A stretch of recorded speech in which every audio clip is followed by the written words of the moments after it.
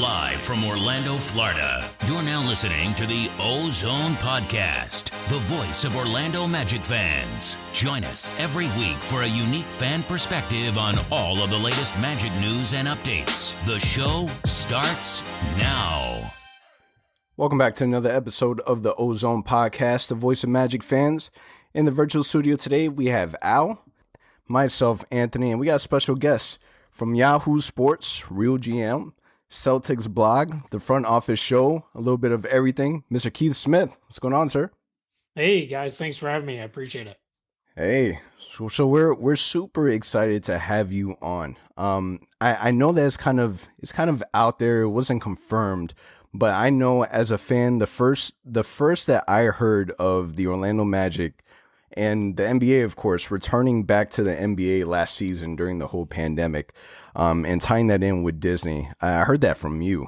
You were the first. You were the first person. I'm not sure if it was officially credited to you. I'm not sure if any communication happened at all. But the first I heard it, the first idea was directly from you. Yeah, that article, I wrote that article and posted on April 15th, I believe, or 16th of last year. And then it was about 2 weeks after that, we started hearing that the NBA was in talks with a couple places, including Disney. And then from there, it picked up from there. The only thing we ever heard from the league was when the day the article posted later that afternoon, we got a message that said, thank you for a thoughtful and thorough idea. And that was the extent of it. That is good to hear. So because I don't believe in coincidences. I believe that if it matches, then that's kind of the path that you have to go, right? Yeah, I mean, for me, I really, I had worked for Disney for nearly 20 years prior to leaving to cover the NBA full time. So I knew Disney could do that. I felt very confident on that. So that was really where I kind of left it from there is, hey, they're going to figure this out. If anywhere makes sense, there's people were talking about silly things like private islands and cruise ships and, other stuff that just was never going to work. So that's why we wrote the article. And, quite frankly, I'm just thankful we got the season back and completed last year. So we definitely thank you because honestly, if it wasn't for you, you saved the NBA season. Because I tried thinking about other ways that it could have worked. I know that there was talks about Las Vegas and other venues. But I mean, when you talk about the success that they had in the bubble, where they literally were at 100%, were able to complete the season, no COVID, the process that they had in place, it was almost perfect. Yeah, and that's why I knew Disney could do that easier. I've been to Las Vegas a ton of years running for Summer League and the like, and it's a fantastic venue for Summer League. The challenge is they are out there. You have it's a real city, and you can't necessarily just shut it down because the NBA is there, where Disney had all the same kind of venues and everything you need, and Disney could shut things down. And that was why, I knew that Disney would be able to pull that off. And they did, as well with that as, anybody think could. And now we got the G League there and getting started and all that. So, I think they're really in good shape. Now, you live in Orlando, you live locally, but it's my understanding that you're a Celtics fan. I'm not really a Celtics fan anymore as much as I covered the team for a Celtics blog, but I grew up in Massachusetts. Okay. I grew up there. I've been living here in Orlando for, a long time now, but I grew up in Massachusetts in the 80s and 90s and then moved down here right around 2000 or so. It was when I came here for good. Growing up, what was that team or that player that you kind of rooted for as you were growing up and getting into basketball? Yeah, the Celtics and Larry Bird. That's who I grew up on in the 80s, and it was hard to grow up as a kid in Boston and not have Larry Bird be your favorite player. And then from there, after he retired, I was a big Patrick Ewing fan, so I rooted for the Knicks for a while. Patrick Ewing grew up in Massachusetts as well, so we just knew the family a little bit when I was very, very young. So I was a big Patrick Ewing fan, so I rooted for the Knicks during that period of time. Because I wanted to see Patrick win one. And then after that, I kind of started to become much more of a general NBA fan versus necessarily a fan of a specific team. And then since covering the league, it can be a little hard to stay a fan of a team because you want to be, really unbiased the way you approach things and the like. So, now, I still root for players.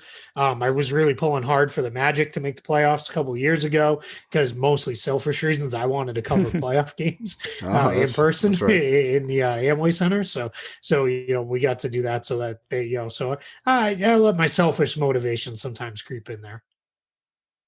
I mean, what are your thoughts on the team so far? I mean, obviously it was a little disappointing. The fan base considered this offseason to be really disappointing.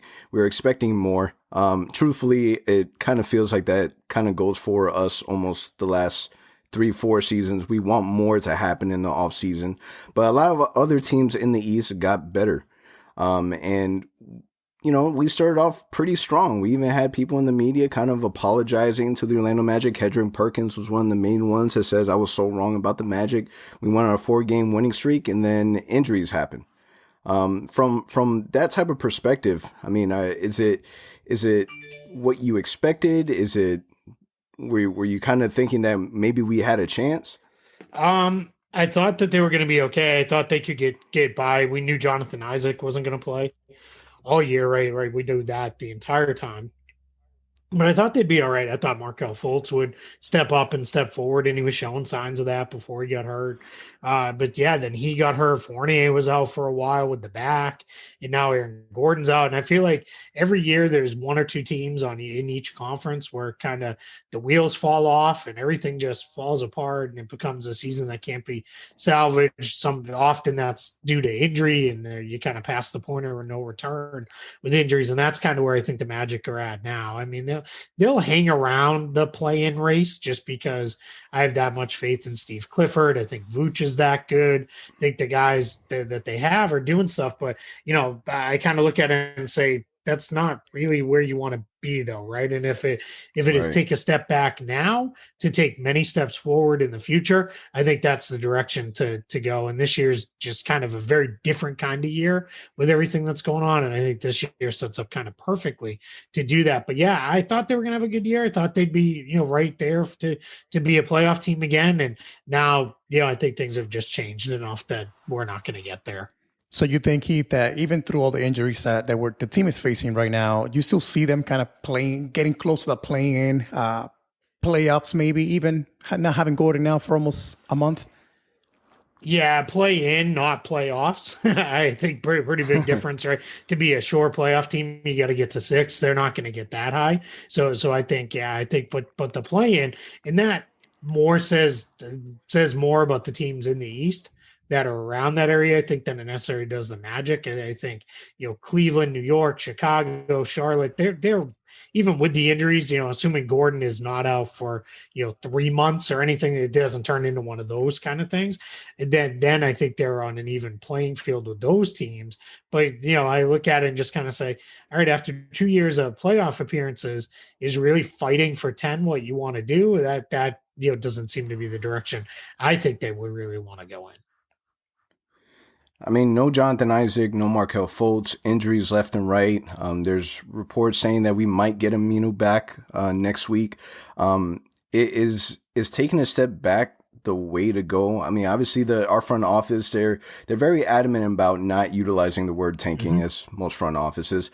They believe in having the opportunity to have players play in meaningful games, but given the circumstances, is trading in your assets right now, the Evan Fourniers, Nikola Vucevic, Aaron Gordon, is that really the route to go now? I think it is, and here's why. And I was one of those people who the last couple of years, when you had the handful of fans saying, who cares? I don't care about being the 8th seed or the 7th seed and getting bounced after, early in the playoffs, losing, early in the first round and those kind of things. And I look at it as, well, yeah, but this team had never even played meaningful games past the trade deadline for 5 or 6 years in a row. Like right. That is important. You do need to learn how to play.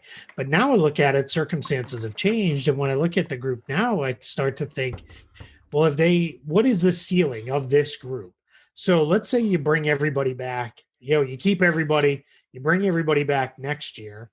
Fultz is probably going to miss at least the very beginning part of the season, probably maybe even half of it, because we're going to be on more of a normal schedule next year. So you bring him, you eventually get him back.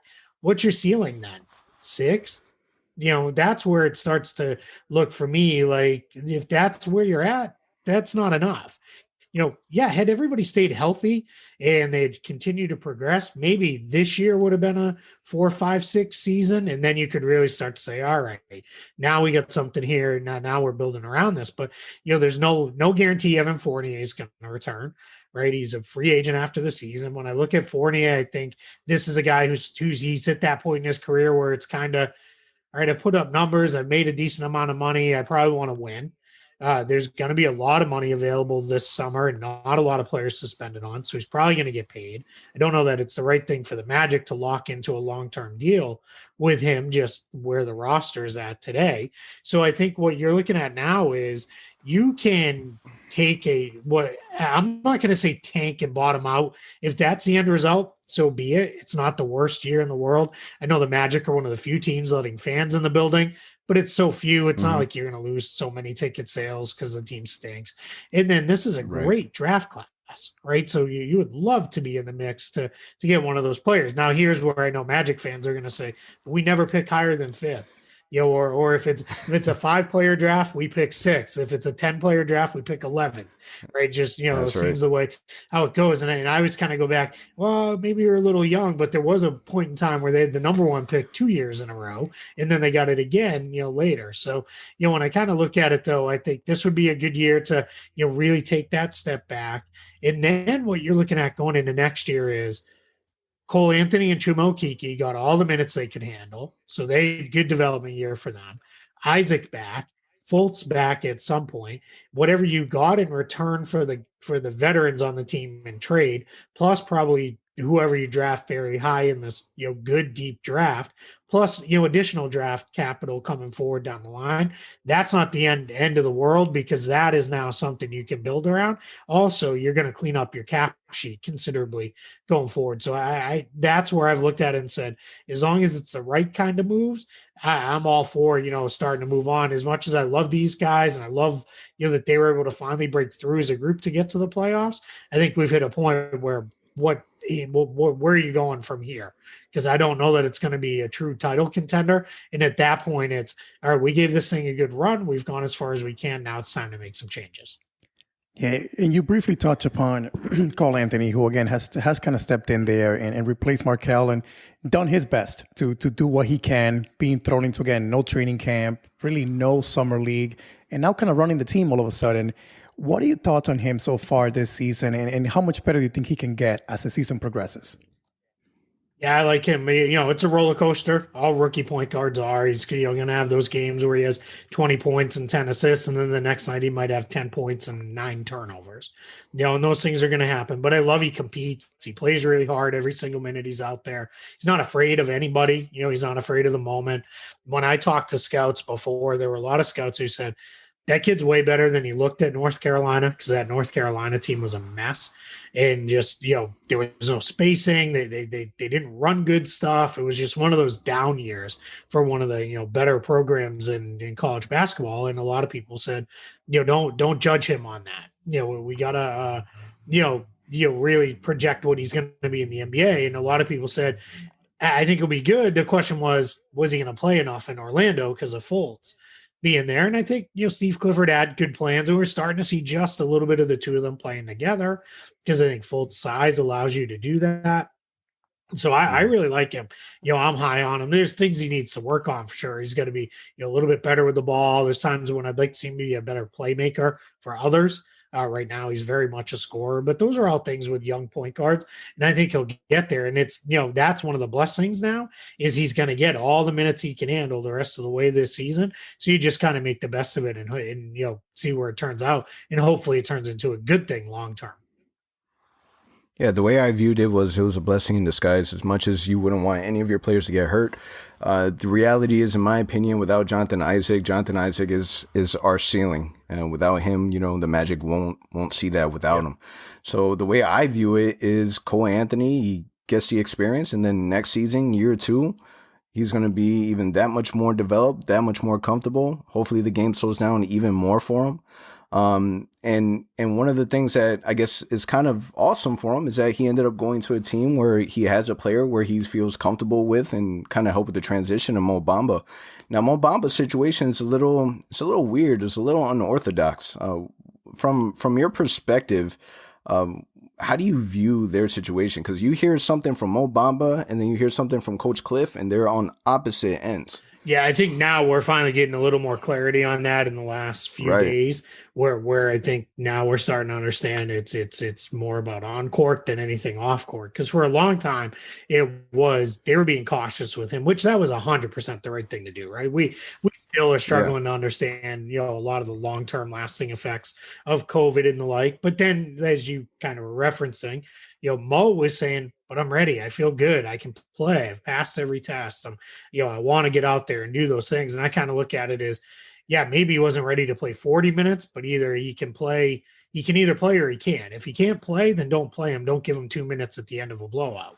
But now what we finally got clarity on in the last couple of days was Steve Clifford talked about he's not going to play over Vooch, right? We know that. Right. And then Cliff very clearly said, and Ken Birch is playing too well for him to play over Birch. And he can't play next to either of those two guys either. It's just not going to work.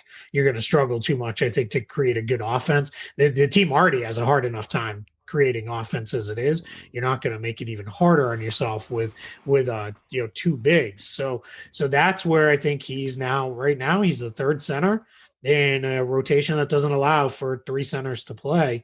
And that's just the reality. Now, that's where, again, it kind of comes back to, well, is the best thing to move on from Vooch or Birch? And then you just give those minutes to Bamba. You're probably going to be bad anyway, but let's find out. Let's find out, can this guy play or not?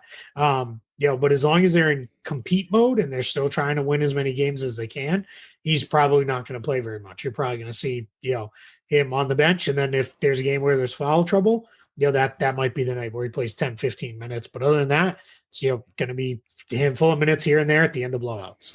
Yeah, I mean, what do you think that does to his confidence? As we know, Bamba comes into the league, and he, unfortunately, we haven't seen that motor in Mo Bamba, that aggressiveness that we've seen at Ken Birch. So what do you think that does to his confidence? And I mean, and do the Magic then pursue a trade for someone like Ken Birch, who is an unrestricted free agent this offseason, and try to open up minutes for him that way? What are your thoughts on that? Yeah, Birch is a guy I would be looking to move on from, because I think a lot of teams would like him, and I think he's a guy you put him on a really good team, and all of a sudden people are like, whoa, Ken Birch, where's this guy been? Because I think you guys watch him play every night, right? So Ken Birch can play. He's not. It's not like he's going to go. So he's not Christian Wood, right? He's not going to blow up into an all-star. But Ken Birch could be one of the top backup centers in the league, and he might already be that. He just doesn't get that recognition because of the situation.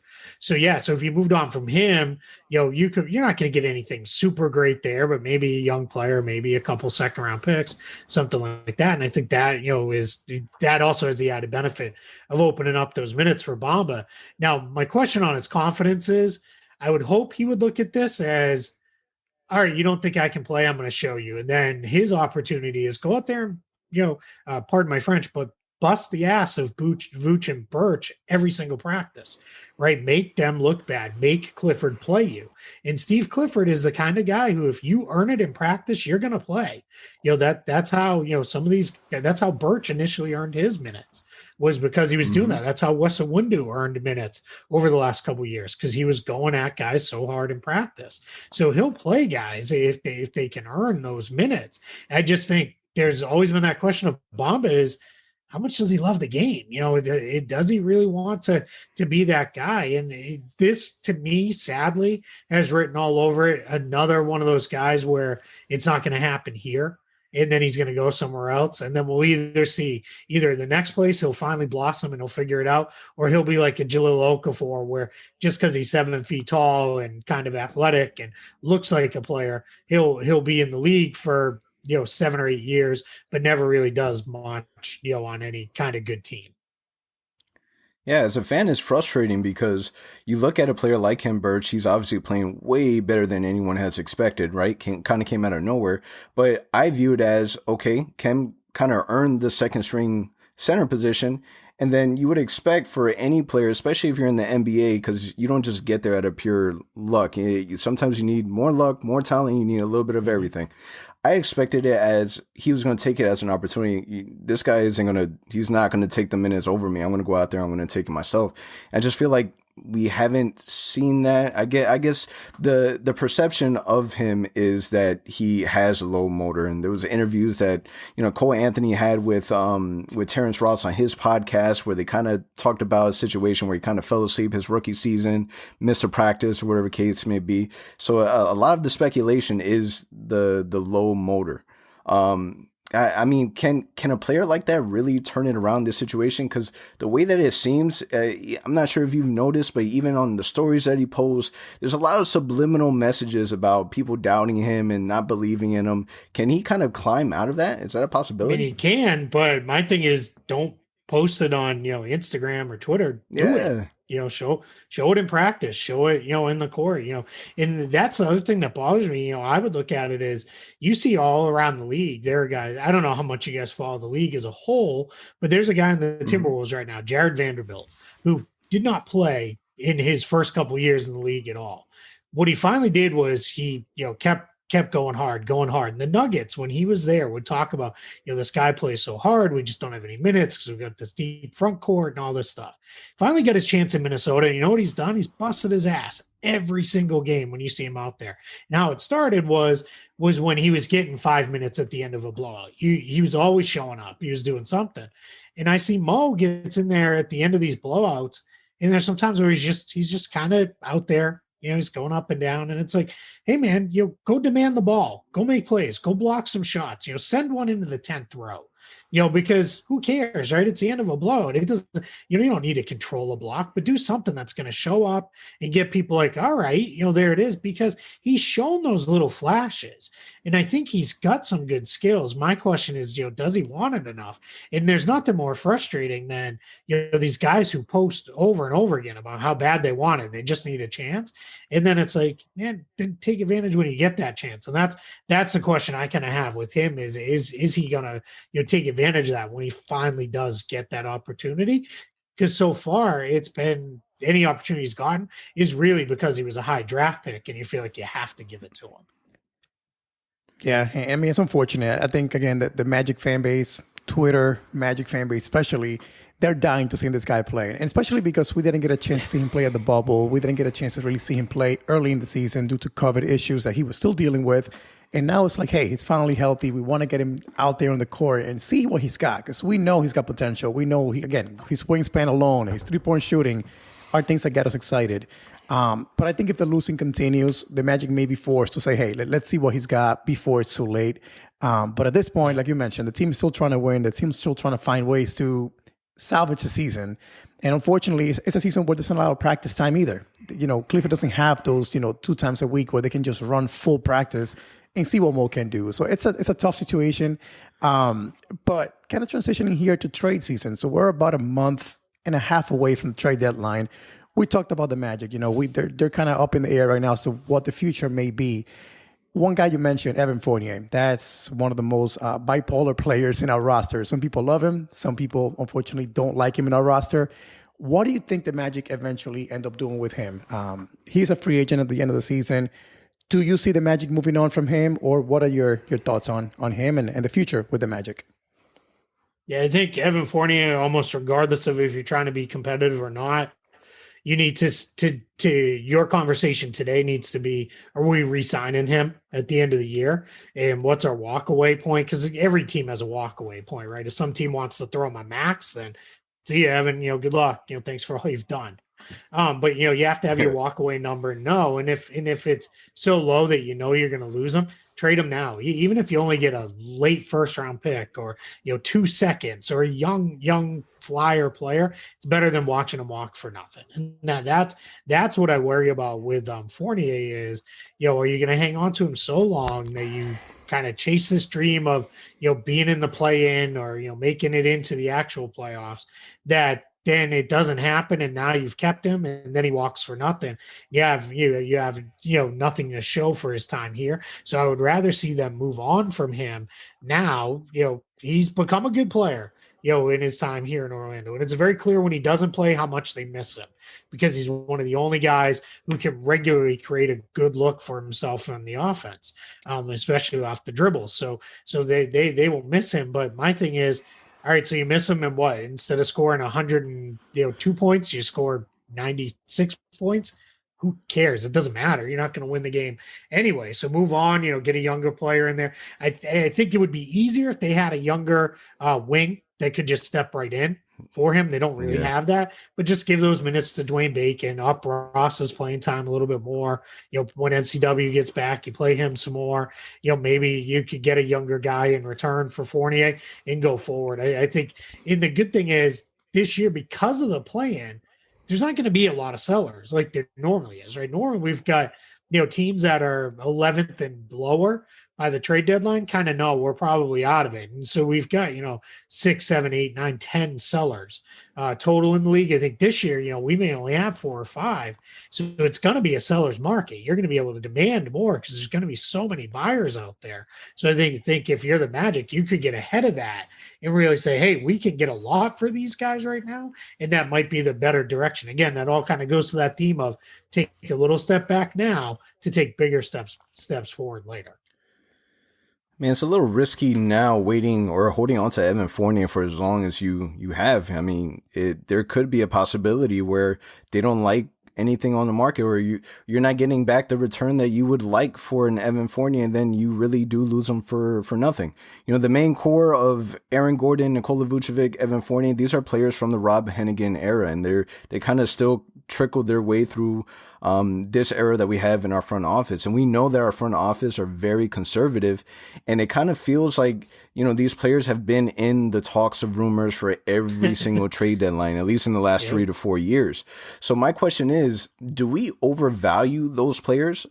Do we think that they're way better than what I guess the rest of the league views them? Because another thing that people need to look at it is a player like Nikola Vucevic, that he's playing amazing basketball. If you were to trade him away, are you really going to get an equal return for, that level of player? Yeah. So I think as with most things, there's a little bit of both that goes on here. I think especially like Aaron Gordon, right? He's been mentioned in trade talks for at least the last 3 seasons, including this one. And I think the challenge is the Magic have always looked at it and said, if our return is going to be some questionable guy who's really not that good, we're not giving him up, because, we believe that he's going to grow into something more. They loved what they saw the 1 year when they made the playoffs and beat the Raptors, 2 years ago, what they had when it was Vooch, Gordon, and Isaac as their front court. And they weren't wrong, right? They were pretty good together, even though, Isaac and Gordon might not be perfect fits. I think Vooch's all-around game balances that out a little bit more, because they play more on the inside as, Vooch migrates to being more of a jump shooter. So I think that's, where it balances. And of course they help defensively cover for him. So I think that was the thing, was there was never really good offers for Aaron Gordon. There were offers, but you don't just take them just because, right? It's got to be the right move. Now, beyond that, I haven't heard a whole lot of, credible stuff as far as teams offering, real good packages that Orlando has ever turned down for Vooch or Ross or Fournier. It's always been more of, there have been talks, because there's talks on every single player in the league, right? I mean, we know this. Teams are calling on just about everybody, all the time. But as far as getting serious, I've never heard that it's gotten serious for those guys. Challenge with Vooch is, as good as Vooch is, he's now on the wrong side of 30. So that's something you got to factor in. And he's owed a lot of money, right? After $72 million this year through the next 2 seasons. That starts to become a little tricky, because there's only a handful of teams that can do that. And we're starting to see teams are investing less and less in the center position, unless it's a true difference maker like Rudy Gobert or somebody along those lines. So I think that's where it starts to become a little harder for the Magic, because what you're seeing there is, But what do we do? Do we sell low on this guy just to clear him? Clearly, he's too good to just salary dump. So I think that's where you get caught a little bit. This is a guy who's, he's an all-star a couple of years ago. He's playing like a borderline all-star again this year. So it becomes really hard you'd probably rather not have that contract, but he's also far too good to just give him away without a good return. And that's where it gets really kind of tricky. You got to find that exact right team who has a need for him. And that's only probably 4 or 5 teams in the league that can make that case. I think one of those teams that come to mind right away, and I think for years we've been hearing about this, and you cover them, the Boston Celtics. I know we've heard rumors of the Celtics liking Vuce before, Aaron Gordon. In a year like this, I know, again, like Ant mentioned before, Vucevic is that guy, right? He's that all-star the Magic have right now, that go-to player. Do you see the Celtics making that call to the Magic and saying, hey, we have this trade exemption available, we have some young guys, we have some picks, and he is a piece that if you think about Kemba Walker, Brown, Tatum, and now you add Vuce to that equation, they can make some noise in the East. Do you expect that to happen in the next few months? The Celtics show some interest in a guy like Vuce or perhaps Aaron Gordon?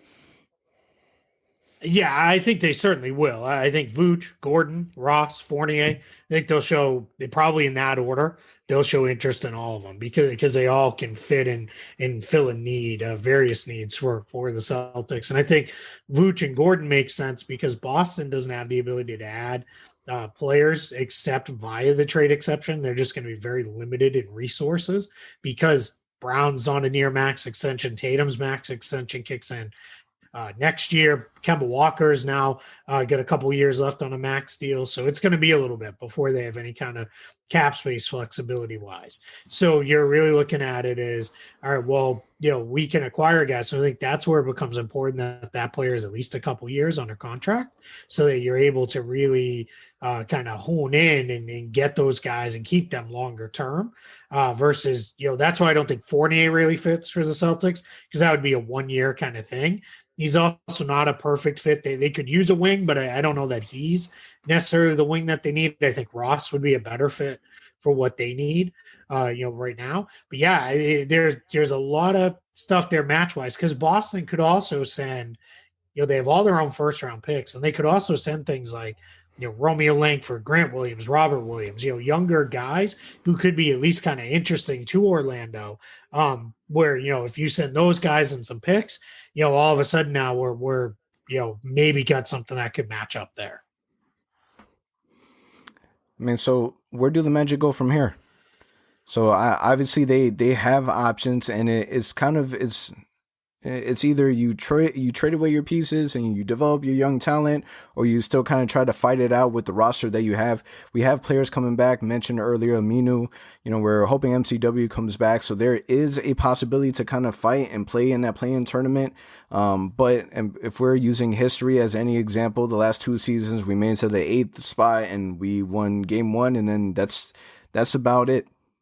Yeah, I think what you're doing if you're the Magic is you're going to give this probably about 2 or 3 more weeks. And this is the case with most teams in the league. We're still far enough out from the trade deadline. I know our brains are wired to think it's right around the corner, but because of the late start, right, it's the end of March this year. So I think what you're going to see is the Magic give it about 2 or 3 more weeks. And then what you'll see them do, my guess is really evaluate where we're at. If they've kind of tread water and they can hang in there and they're let's say they play at 500 from here over the next 3 weeks, then what you can do is look at yourself and say, all right, Gordon's not that far from coming back. Aminu's now back, hopefully, maybe, and he's in shape. Carter Williams is in shape, and we're starting to play, much better. So I think sorry, guys, my puppies let me know the family's home. But they are, so I think what you're kind of looking at if you're Orlando is you're going to give it this 3 weeks, see where you're at. And if they fall further out, then I think that's where you're going to start to see them say, all right, it's probably time to make some pretty big changes around here. I don't know that they're going to go wholesale and, Vuce, Gordon, Fournier, and Ross are all gone, but 2 of them, that wouldn't surprise me, if that's where it goes. But if they hang in there, then I think it becomes, all right, we hung in there, we're in this race. And then I think it's we're probably going to ride this out one more year, and then we'll see what we got to do in the off season to change things up. I think that's exactly what we are as fans are expecting. We're expecting a rebuild of some sort, but I don't think we're going to see, like you mentioned, a dismantling of this roster. I think there's pieces they like, especially when J.I. has missed so much time. Fultz, unfortunately, missing so much time. I can see the team saying, hey, we're going to mess around with some pieces and kind of come back and see what we got. But like you mentioned, they do have to make some tweaks and adjustments that are larger than what they've done in the past. They've added small pieces here and there, but not really made a change that has been drastic. So I'm going to put you on the spot here and kind of put you on the seat of the GM. You're running the Magic here all of a sudden. Where do the Magic stand heading into October of next season? What moves do you make, and what kind of roster do you want to have in place next season with J.I. coming back if you are running this team?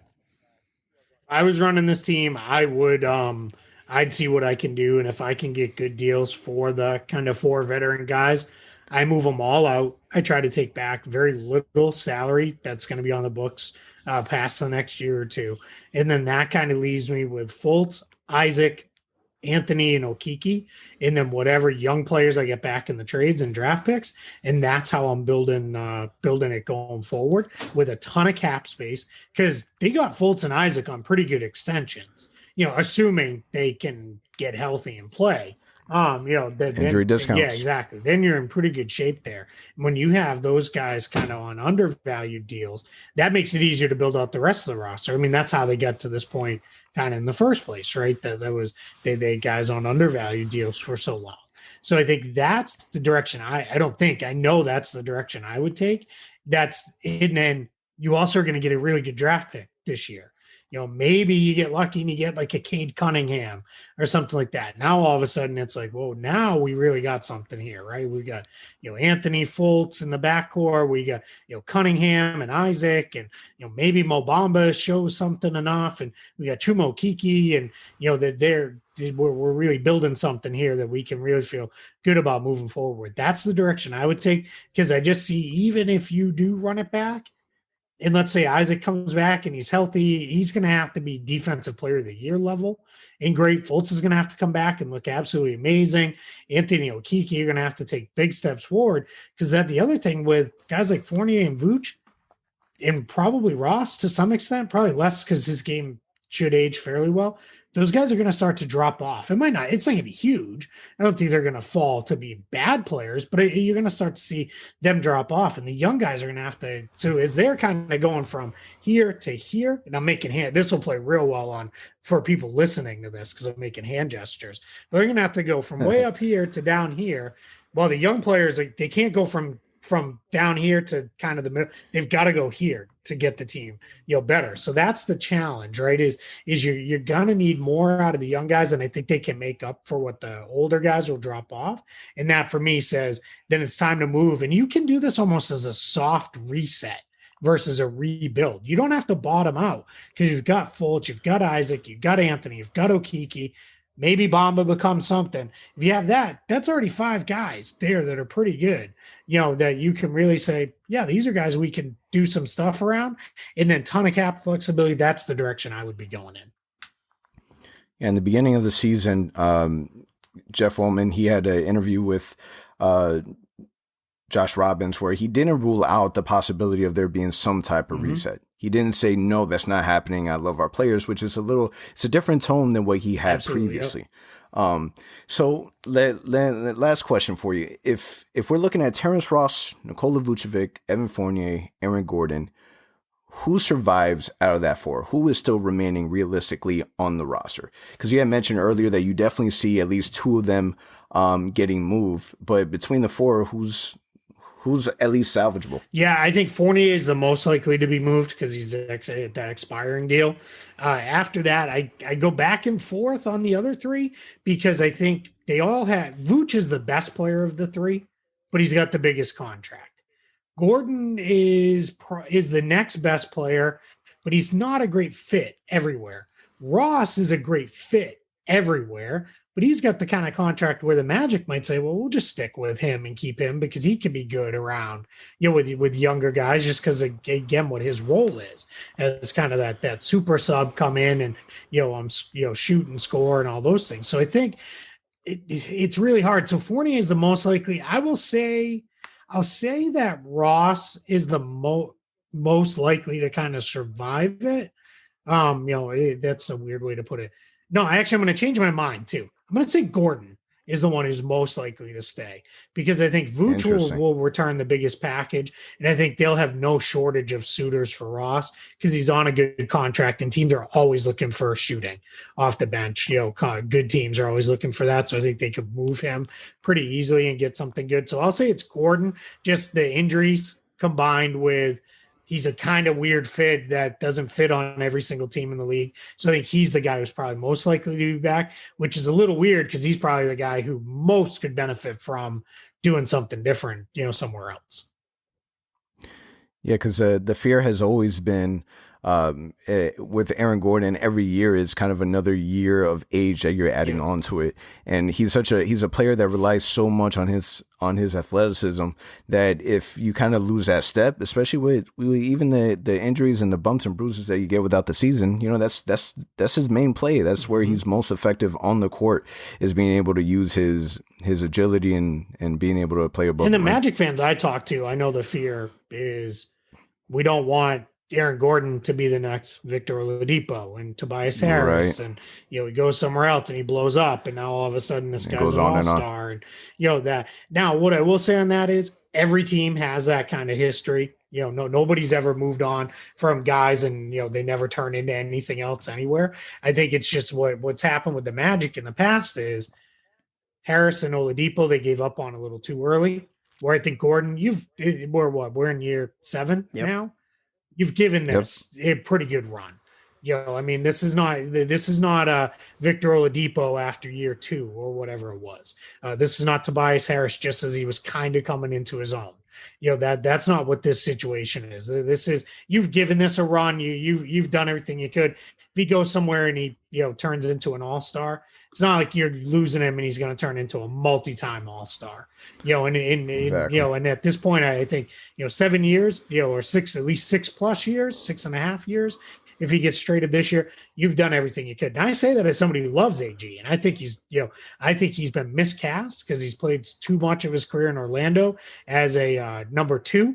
I think he should be a 3 or a 4 or even a 5 on a really good team.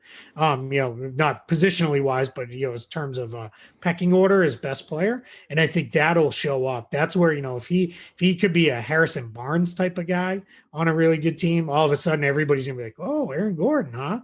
And for Aaron Gordon, that might not be the worst thing too, because then in 2 years his contract is up. Look at what happened with Harrison Barnes, right? And he got paid a whole lot of money twice. Because people always go back to, give him a bigger role, when in reality, you start looking and be like, no, he was being properly paid for a lesser role, which is perfectly fine too. Yeah, it's going to be interesting. There's so many different avenues and decisions to be made around March 25th. Al has this thing where he believes that everything's going to go down a lot sooner than the trade deadline. I think that, it's going to be a little bit of a brutal road on the way to March 25th for sure. Yeah, it's going to be hard for Magic fans, I think, because it's just they are right now the single biggest team that gets put in my mentions of they got to do this, they got to do that with trades beyond Bradley Beal, but that's just one player, because we all got to go to the next star to be dealt. But yeah, Magic fans are in there constantly, or NBA fans are in there constantly talking about Magic players, and it's tough too, because I've grown attached to these guys over the years, living here and going to the games and those kind of things, and that's where I see how it's hard, it's very easy to see why you sometimes can overvalue guys, because it's like, man, I've been with these guys, this group here, these are the post-white guys, right? And they finally grew into to a playoff team and all that. And, as the old song goes, breaking up is hard to do, but sometimes it's the best for everybody.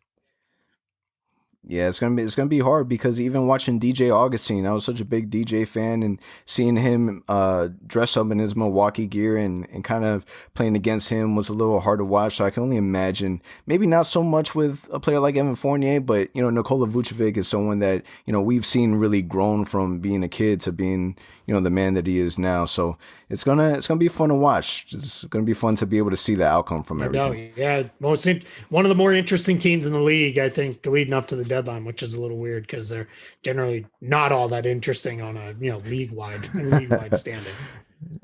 Yeah, that's right. Keith, thank you so much for being on the show with us. You can find Keith Smith on Yahoo, Real GM, Celtics blog, The Front Office Show. Find him on Twitter and follow him at Keith Smith NBA. Thank you so much, man. It was a pleasure. Thanks, guys. I appreciate you having me. Thank you. Y'all stay safe, you and yours. Thank you. Absolutely. Thank you for listening to the OZone Podcast, the voice of Magic fans. Follow us on Twitter and Instagram at the OZone Pod. And remember to subscribe and leave a 5-star review on all your favorite podcast listening platforms.